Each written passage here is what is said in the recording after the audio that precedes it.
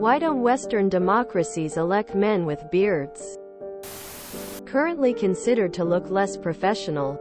That might change in a few decades. It's weird how the length of facial hair and head hair has meant different things throughout history. In the 1800s, having a big beard made you look sophisticated and wise. In the 1700s, having long hair in America meant you weren't infected with syphilis, so you were probably an upstanding man who didn't sleep around. Hence all the powdered wigs for the men who lost their hair to the disease. In the 1960s, long hair and beards were co-opted by the anti-war left. While in the 50s the ideal professional look was clean-shaven and short hair.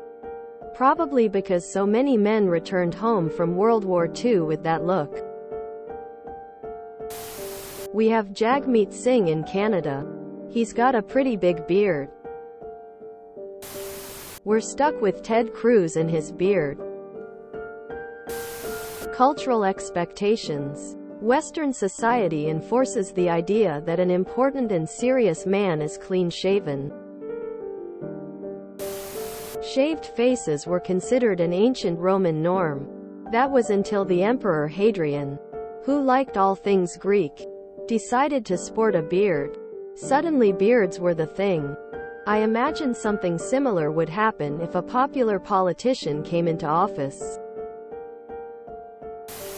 I had a fairly prominent judge tell me that most bearded individuals do drugs. I mean, I did have a beard at the time. And I do drugs. But that's completely unrelated. There's a few reasons. It shows more well-groomed and professional expectations. Beards can make facial expressions hard to read and lips even harder. There's also hypotheses that beards can make someone seem less trustworthy.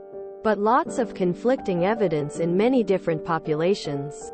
https scholar.google.com/scholar HL equals N and ASSDT equals 0% 2C3 and Q equals beard plus trustworthiness and OQ equals beard plus trust. Anymore. Those of us with rich, luxuriant beards want to leave some women for the rest of you. So we eschew adding political power atop our already irresistible animal magnetism. All of our politicians are like 100, so when they were young having a beard was essentially like having a face tattoo today.